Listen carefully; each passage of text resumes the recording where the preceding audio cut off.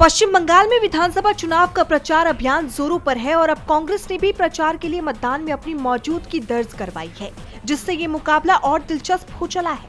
सबसे पहले ममता ने एक साथ कई विधानसभाओं के उम्मीदवारों के नाम का जिक्र करते हुए सोशल मीडिया पर वोटों की अपील की और साथ ही केंद्र सरकार पर जमकर हमला बोला।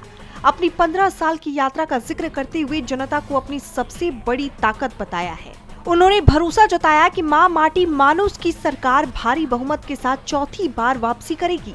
ममता ने कड़ा रुख अपनाते हुए कहा, जब तक मैं जीवित हूं, बंगाल की भूमि और यहां के लोगों को कोई नुकसान नहीं पहुंचा पाएगा। विपक्षी दल राज्य को बांटने और लोकतंत्र को खत्म करने की साजिश रच रहे हैं। एक तरफ जहां ममता अपनी जमीन बचाने में जुटी है, वहीं दूसरी तरफ केंद्रीय गृह मंत्री अमित शाह ने उत्तर दिनाजपुर के कालियागंज में एक रोड शो किया, जहां उन्होंने टीएमसी सरकार की विदाई के साथ साथ बीजेपी की सरकार बनने का दावा किया।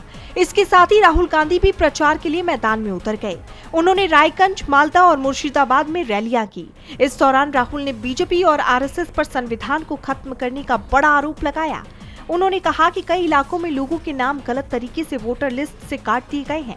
हमारी सरकार आने पर इन नामों को वापस जोड़ा जाएगा। राहुल ने प्रधानमंत्री नरेंद्र मोदी पर सीधा हमला बोलते हुए उन्हें देशभक्त नहीं बल्कि देशद्रोही करार दिया। कोई स्टेज से कह रहा हूँ कि नरेंद्र मोदी ने यूएस डील में हिंदुस्तान को बेचने का काम किया है।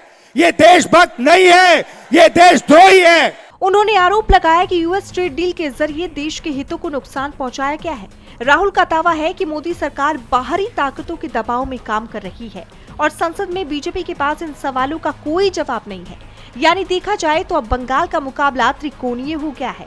अब इस प्रचार अभियान का किस दल को कितना फायदा मिलता है, ये तो 4 मई को नतीजों वाले दिन ही पता चलेगा। डीबी लाइव की रिपोर्ट।